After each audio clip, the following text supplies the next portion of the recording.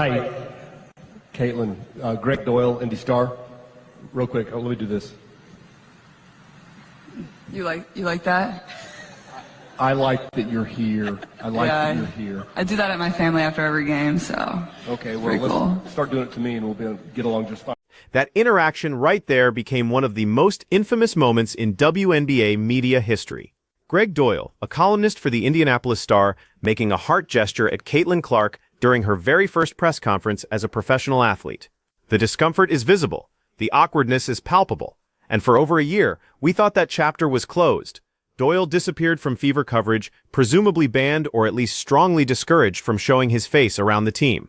But this past Saturday, he showed up courtside at Gainbridge Fieldhouse for the Fever's preseason game against Washington, and fans lost their minds. Fever. He's back, baby. After not covering the Indiana Fever in person for over a year, Indianapolis Star columnist Greg Doyle made his return to Gainbridge sidelines on Saturday for the team's preseason matchup against the Washington Mystics. Now, with that being said, but given Doyle's controversial history with the team's biggest star, Caitlin Clark, many fans weren't thrilled. Doyle had a bizarre run-in with Caitlin Clark during her first press conference. Let's be crystal clear about what happened back in April 2024. This wasn't just an awkward moment that got blown out of proportion. Doyle told Caitlin Clark, a 22-year-old rookie, to start doing the heart gesture to him specifically, and, quote, "We'll get along just fine." The power dynamic was impossible to ignore.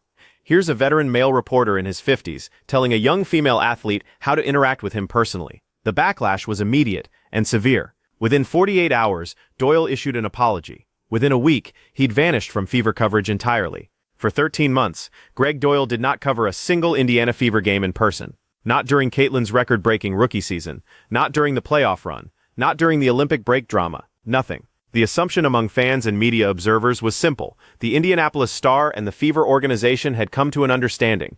Doyle would stay away. Other reporters would handle the beat. Everyone could move forward. Here, right? Now, he's been quiet and cool. That is until today. Now, this is an article that he wrote, right? Doyle, underrated Fever star Caitlin Clark can still get hot, and so can her fans. So he deliberately attacked Caitlin Clark fans yesterday, right? It's being reported that the Indiana Fever made their home debut Thursday night when we learned Caitlin Clark can still get hot at moment's notice, and so can her fans. Okay, so maybe we already knew all of that. So to attach a nice tendy. But on Saturday, May 10th, 2025, Doyle was back. Media credential, courtside access, notebook in hand. And within hours of fans spotting him at the arena, he published a column that felt less like sports analysis and more like a declaration of war against Caitlin Clark's fan base. The article was titled, "Underrated Fever Star Caitlin Clark Can Still Get Hot, and So Can Her Fans." On the surface, it's a recap of her 21-point preseason performance against Dallas. But buried in the piece is something far more aggressive. Doyle goes after Clark's supporters with both barrels, calling them, quote, people who only exist online, not beyond their Twitter handles, people with well-adjusted names like Caitlin Clark Global Fans and Caitlin Clark Report. Player in the WNBA, and her fans know. How didn't I call them Fever fans? Lost it. Now, ESPN put out this article that listed Caitlin Clark as the number 10 best player in the entire WNBA, which is rhetorical to me. Now, the article goes on to say they lost it online, and of course, because that's where people like this exist, not sure they're real anywhere else, not beyond their Twitter handles, people with well-adjusted names like Caitlin Clark Global Fans and Caitlin. Now here's where this gets interesting from a media ethics standpoint. Doyle doesn't just critique the ESPN rankings that put Clark at number 10 in the league. He doesn't just analyze her shooting percentages or discuss her injury-shortened 2024 campaign. He specifically targets the fans who defended her. He writes, quote, "They see only what they want to see, which means they didn't see what many of us saw. Caitlin Clark last season when she was injured repeatedly, but played just enough for 13 games to turn in the worst season of her career by a large margin." Let's fact-check that claim. Clark's 2024 rookie season saw her average 19.2 points, 5.7 rebounds, and 8.4 assists per game. She made the All-Star team. She led all rookies in virtually every statistical category. She broke the single-season assist record. Yes, she dealt with an ear infection in the playoffs that affected her performance in those final games, but calling it the worst season of her career by a large margin requires ignoring 3 years of college dominance and cherry-picking a 13-game stretch where she played through legitimate health issues. Last season, her second year in the WNBA, she shot 36%, but a lot of that is because she wasn't playing. Now, he goes on to say that was alarming. Then comes Thursday night when Clark scores 21 points in 16 minutes. She took 6 shots from the floor, and that's what I messed up on in my video. She took 6 shots from the floor. She was 2 of 3 from 3 and made 11 of 13 free throws. Well, all was right except for the ESPN looks. Preseason conversation. Also, the bots were all ESPN.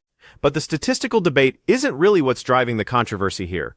What's fueling the outrage is the perception that Greg Doyle has been given a second chance by the Indianapolis Star and possibly by the Fever organization, and he's using that second chance not to rebuild trust, not to demonstrate professional growth, but to attack the very people who called out his inappropriate behavior in the first place.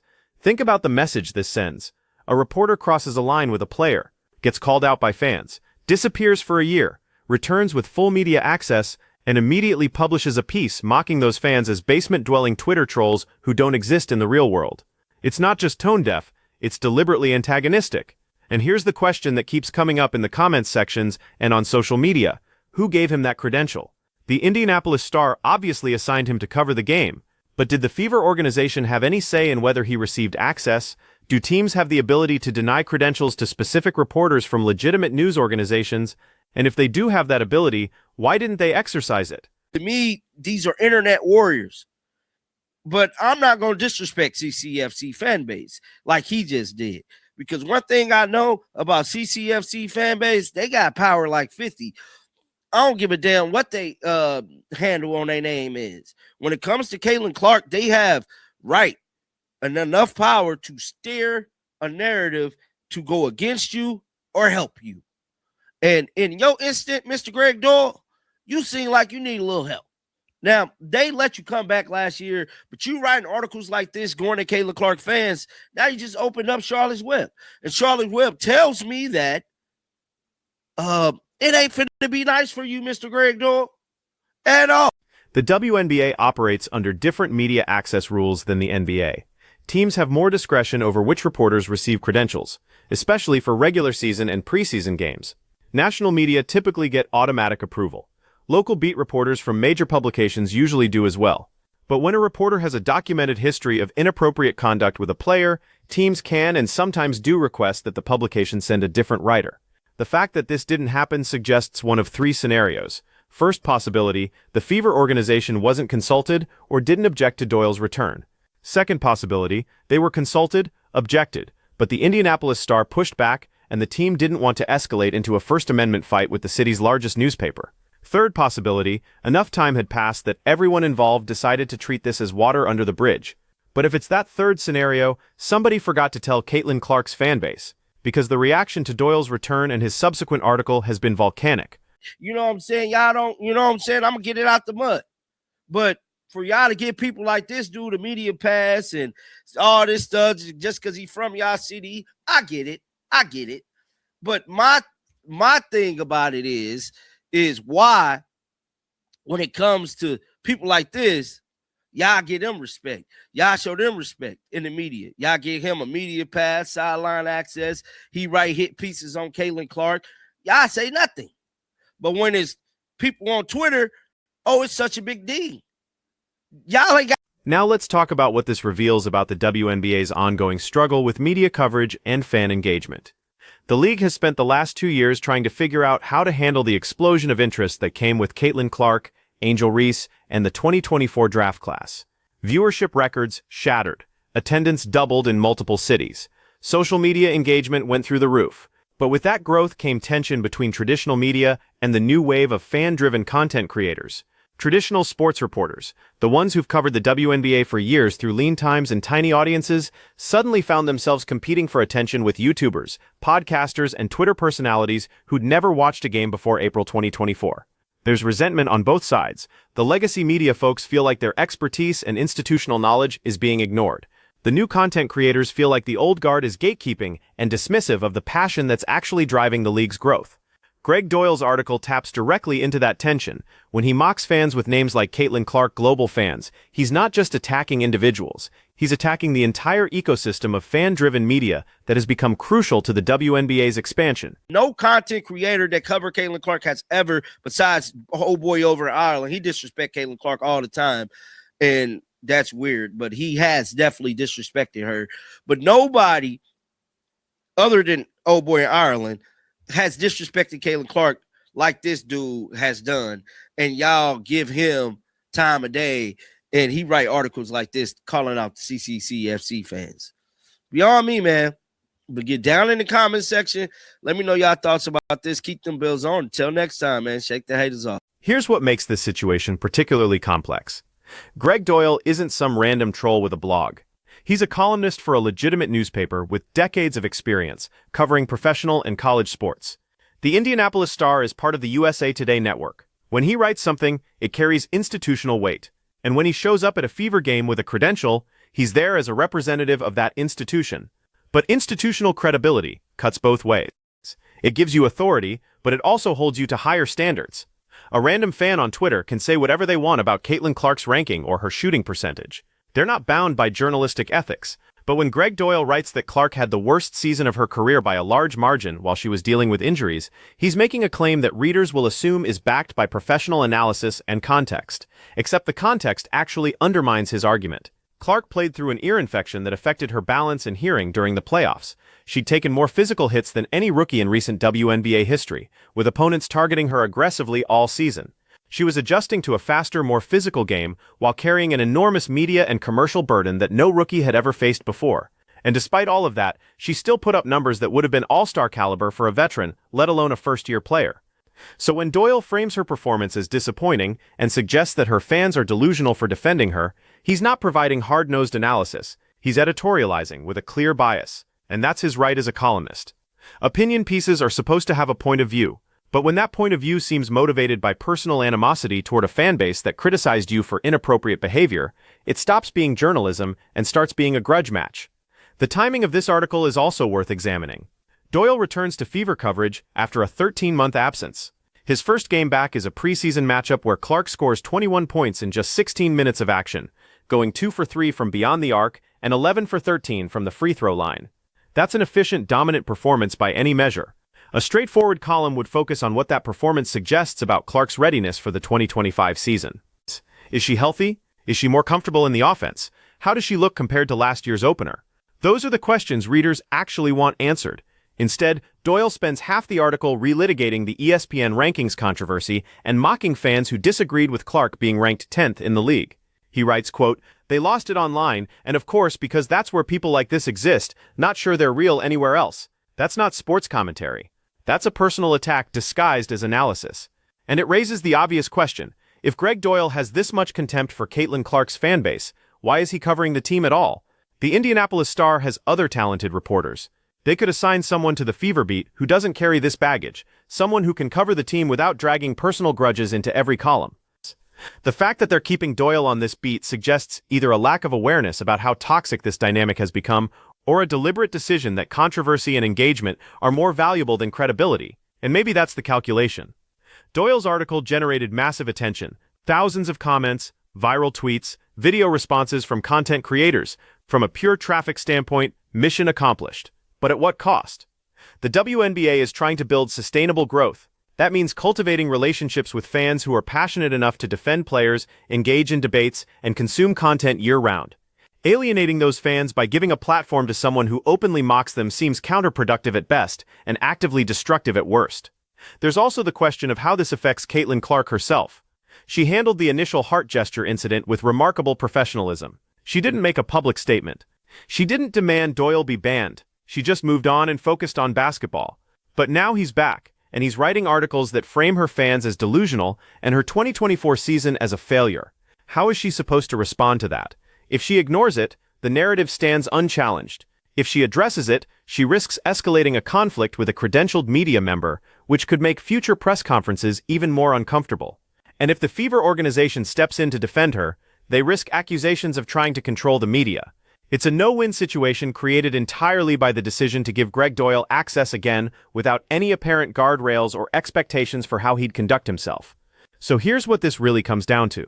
The WNBA is at a crossroads with its media ecosystem. The league can embrace the new wave of passionate, fan-driven coverage that's fueling its growth, even when that coverage is sometimes biased or unprofessional. Or it can double down on traditional media gatekeepers, even when those gatekeepers demonstrate clear contempt for the fans who are actually watching the games and buying the merchandise. Greg Doyle's return to Fever coverage and his subsequent article suggest that the Indianapolis Star, and possibly the Fever organization, are choosing the latter. They're prioritizing institutional media access over fan sentiment, and maybe that's the right call from a First Amendment perspective. Newspapers should be able to assign whoever they want to cover games without interference from teams or leagues, but there are consequences to that choice. Fans who feel disrespected and mocked by credentialed media are going to tune out those outlets and turn to alternative sources. Content creators who actually respect the audience are going to gain followers and influence, and the traditional sports media infrastructure that Doyle represents is going to become increasingly irrelevant to the very audience the WNBA needs to sustain its growth. The irony is that Greg Doyle is proving his own point while arguing against it. He claims Caitlin Clark's fans only exist online and aren't real, but those fans are the ones buying tickets, streaming games, and driving the ratings that justify the WNBA's new media deals. Meanwhile, newspaper circulation continues to collapse, and columnists like Doyle are increasingly dependent on online engagement for their relevance. So who's really living in a fantasy world here? The fans who passionately support a player and defend her accomplishments, or the columnist who thinks he can insult that fan base into submission while relying on their clicks to justify his paycheck? The answer seems pretty obvious. And if the Indianapolis Star and the Indiana Fever don't recognize that dynamic soon, they're going to find themselves on the wrong side of a cultural shift that's already well underway. The WNBA's future belongs to the fans who show up, not the reporters who show contempt. Greg Doyle's return might have been inevitable from a media access standpoint, but his decision to immediately attack the people who called out his behavior shows that he learned absolutely nothing from his year away. And that's not just bad journalism, it's bad business, because in 2025, fans have options. They can get their Fever coverage from dozens of sources, and increasingly they're choosing sources that actually respect them. Greg Doyle can keep writing his columns. The Indianapolis Star can keep giving him credentials. But if they think this approach is going to win back credibility or audience, they're in for a rude awakening. The question now is whether Caitlin Clark will ever give Doyle a genuine interview again, or whether she'll follow the lead of athletes in other leagues who've frozen out reporters they don't trust. My guess? She's too professional to make it obvious, but that relationship is done. And honestly, can you blame her? When a reporter makes you uncomfortable at your first press conference, disappears for a year, then comes back and writes an article attacking your fans, why would you ever trust him with real access again? So let me ask you this. If you were in Caitlin's position, would you give Greg Doyle the time of day? Would you answer his questions in press conferences, or would you give him the corporate non-answers and save the real insights for reporters who've actually earned your trust? Drop your thoughts in the comments, because this dynamic is going to define Fever media coverage for the entire 2025 season. Hit that subscribe button if you want more WNBA analysis without the disrespect, and I'll see you in the next one.